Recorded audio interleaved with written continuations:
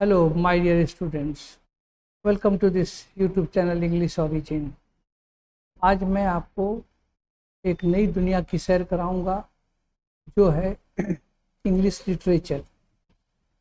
English literature के series में कुछ ऐसे फेमस या मास्टर पीसेस हैं जो मास्टर राइटर्स के द्वारा या ऑथर्स के द्वारा लिखा गया है, तो उसके बारे में आपको जानकारी देंगे, which is useful for both kinds of students.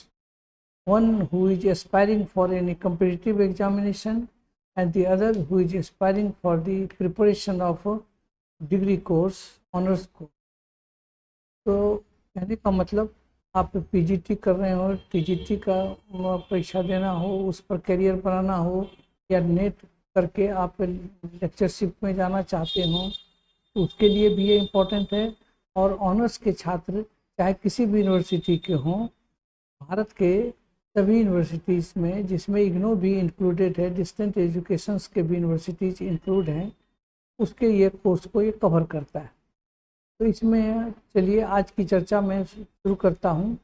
वो है सिलास मार्नर। इसको लोग सिलास मार्नर भी कहते हैं।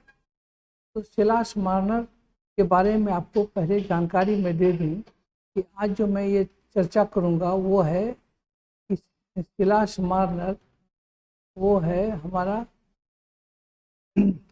एक आज की चर्चा का विषय है साइकोलॉजिकल नॉवेल। तो ये नॉवेल है और ये साइकोलॉजिकल नॉवेल है। तो साइकोलॉजिकल नॉवेल का करके अगर इस एस्पेक्ट पर आपका प्रश्न रहे तो आप इस पर निर्भर कर सकते हैं। मोर ओवर ये जो कंटेंट आज का जो रहेगा, ये कंटेंट यूजफुल होगा आपको for better concept of this novel, that is Silas Marner. तो चलिए, this is the famous novel by George Eliot. ये जॉर्ज एलियट का ये बड़ा ही विख्यात नॉवेल है। इन्होंने 7 नॉवेल्स लिखे थे, जिसमें से ये भी एक बड़ा इम्पोर्टेंट नॉवेल है और बहुत चर्चित भी है। यूजुअली इस पर बेस्ड बहुत सारे प्रश्न भी आते रहते हैं। और ऑनर्स कोर्सेज में, डिग्री कोर्सेज में, तो ये इसमें से आपको कम से कम एक सवाल तो देना ही देना है। फिर उसमें ऑब्जेक्टिव्स भी रहते हैं, उसको भी ये कवर करेगा। तो बेटर कंसेप्ट के लिए हम जानते हैं पहले कि इसमें जॉर्ज एलियट का क्या क्या परफॉर्मेंस था। तो जिसमें हम देखते हैं कि जॉर्ज एलियट का जन्म हुआ था 22 नवंबर 1819 और डेथ हुआ था इसका 22 दिसंबर 1880। तो आप या तो आप 1819 याद रखें, या फिर बार बार जब याद कर लेंगे तो आप 22 नवंबर भी याद रख सकते हैं।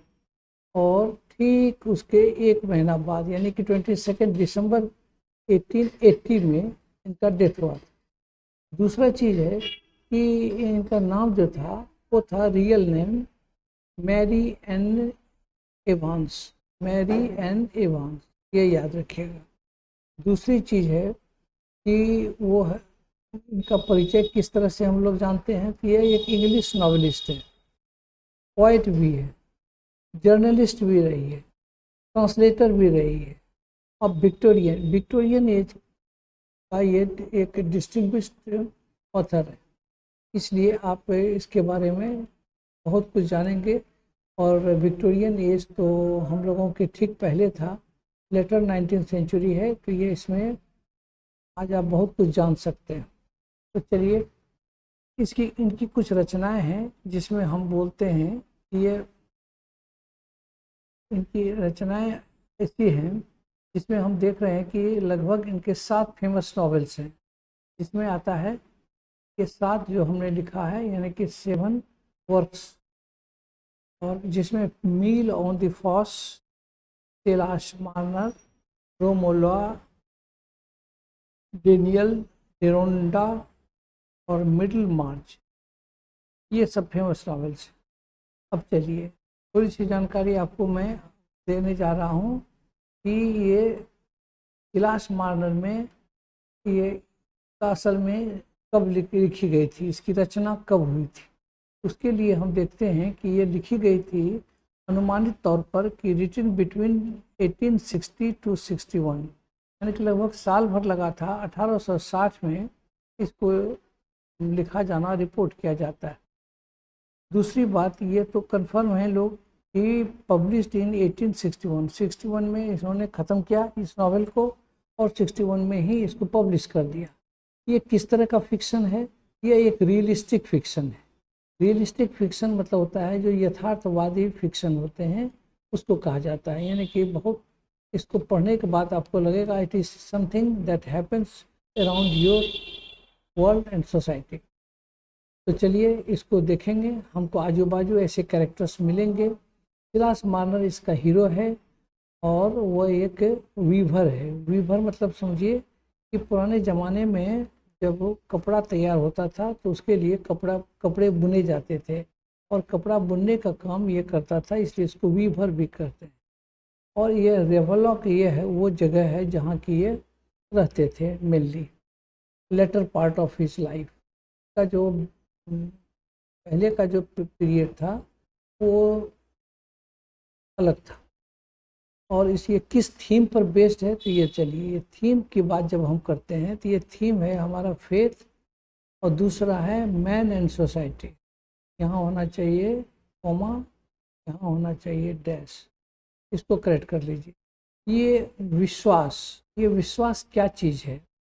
विश्वास के बारे में आपको एक बेहतर ज्ञान होगा कि हम लोगों पर कैसे भरोसा करते हैं, कैसे हमारे भरोसे टूटते हैं, और फिर ये इस दुनिया में एक आदमी का क्या अस्तित्व है या फिर एक आदमी और समाज, ये दोनों में क्या रिलेशन है, इस रिलेशन को भी ये डिस्कस किया है। तो बड़ा इंटरेस्टिंग टॉपिक है ये, बड़ा इंटरेस्टिंग नॉवेल है जो आप बहुत मज़े लेकर के जानेंगे। और मैं ये विश्वास के साथ कह सकता हूँ कि ये जब आप जानेंगे तो आपको जीवन भर नहीं भूल पाएंगे, क्योंकि मैं आज से लगभग 40 ईयर्स एगो ये नॉवेल पढ़ा था और आज तक मुझे याद है। आशा करता हूँ कि आप भी आगे जीवन भर इसको भूलेंगे नहीं। तो चलिए इसमें चर्चा करते हैं। इसका जो स्टोरी स्टार्ट होता है वो है प्लेस की बात करते हैं। वो लेंटर्न यार्ड एक जगह है जहाँ एक चर्च है। यह एक धार्मिक व्यक्ति था, बड़े ईश्वर पर विश्वास करता था, बहुत बड़ा एथीस्ट था, यानी कि one who believes in God and man, उसको कहते हैं थीस्ट। और थीस्ट का मतलब होता है ईश्वर पर विश्वास करें। और बाद में वो लेंटर्न यार्ड छोड़ करके रेबेलो चला जाता है। रेबेलो में भी उसकी कहानी का एक सिलसिला है और एक सिलसिला लेंटर्न यार्ड। लेंटर्न यार्ड में क्या हुआ और रेबेलोक में क्या हुआ, इसी की जानकारी आज हम लोग लेते हैं। तो चलिए फिर एक बार इसके कैरेक्टर्स पर भी थोड़ा ध्यान दे दें हम। कि सिलास मार्नर ये हीरो है और वीवर है। विलियम डेन ये सिलास मार्नर का लेंटर्न यार्ड में उसका दोस्त था। हाँ, friend at Lantern Yard. At मतलब लेंटर्न यार्ड में, वो जगह पर जब ये था सिलास मार्नर तो उस समय उसका एक दोस्त हुआ करता था जिसका नाम विलियम डेन था। दूसरा चीज़ है इसमें स्क्वायर कैश। ये स्क्वायर कैश ये रेबेलोक का आदमी है। एक रेबेलोक एक छोटी सी बस्ती है, देहात है, गांव है, और उस गांव का ये एक प्रतिष्ठित व्यक्ति था। Head of the square family था जो बड़ा सम्मानित परिवार था। और वो परिवार स्क्वायर फैमिली कहलाता था क्योंकि इसका नाम था स्क्वायर कैश। इसका एक बेटा हुआ करता था, इसका नाम था गॉडफ्रे कैश। ये गॉडफ्रे कैश इसका बड़ा बेटा है, एल्डेस्ट सन है। और आगे चल करके इसका अफेयर्स डेवलप करता है मॉली के साथ। मॉली एक दलित महिला है, दलित लड़की है, इससे इसका प्रेम हो जाता है और ये दोनों बड़े करीब आ जाते हैं। ही नहीं, इन लोगों का फिजिकल रिलेशन भी इस्टेब्लिश हो जाता है। इसके बाद इसको एक बच्चा होता है जिसके बारे में हम लोग जानेंगे। यहाँ एपी लिखते हैं हम, ए डॉटर ऑफ मॉली, ये भी आप समझ लीजिए। और मॉलिफेरन कौन है, तो इसके बारे में ये बता रहे हैं हम कि मॉलिफेरन बिलवेड ऑफ गॉडफ्रे थी, यानी कि गॉडफ्रे कैस, वो एक लोअर कास्ट की थी। आगे चलते हैं, एक डॉली विंथ्रॉप थी, वो कहाँ रेवोलेट की बात कर रहे हैं। तो डॉली विंथ्रॉप जो थी वो एक नोबल लेडी थी जो रेवोलेट में रहती थी, और ये एपी के परवरिश में बचपन में इनका बहुत केयर लेती थी। वो केयर टेकर थी नहीं, लेकिन एक चूँकि एक अच्छी महिला थी तो वो बेहतर इनका ख्याल रखती थी, उसको बेटी की तरह माना करती थी। अब आता है एक डंसन कैस। ये डंसन कैस के बारे में जाने आप। ये यंगर ब्रदर ऑफ गॉडफ्रे कैस है। गॉडफ्रे कैस जो बड़ा भाई था उसी का छोटा भाई है ये डंसन कैस। महाहीन, उदंड, दुष्ट, खर्चीला और पैरासाइट, ये दूसरों की आमदनी पर जिया करता था। तो ये क्या करता था कि अपने भाई से पैसे लेता था, भाई भी इसको देते रहता था, पिताजी से भी लेता था।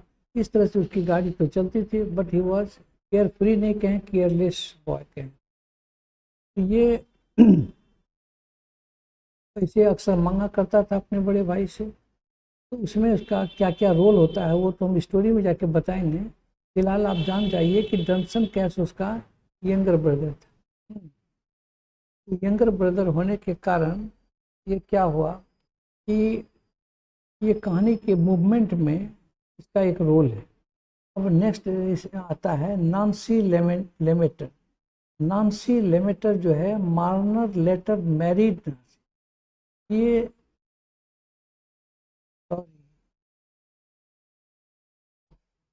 मार्नर ने शादी नहीं किया, यहाँ मार्नर नहीं होगा, यहाँ होगा गॉडफ्रे कैस। मिस्टेक हो गया, ये गॉडफ्रे।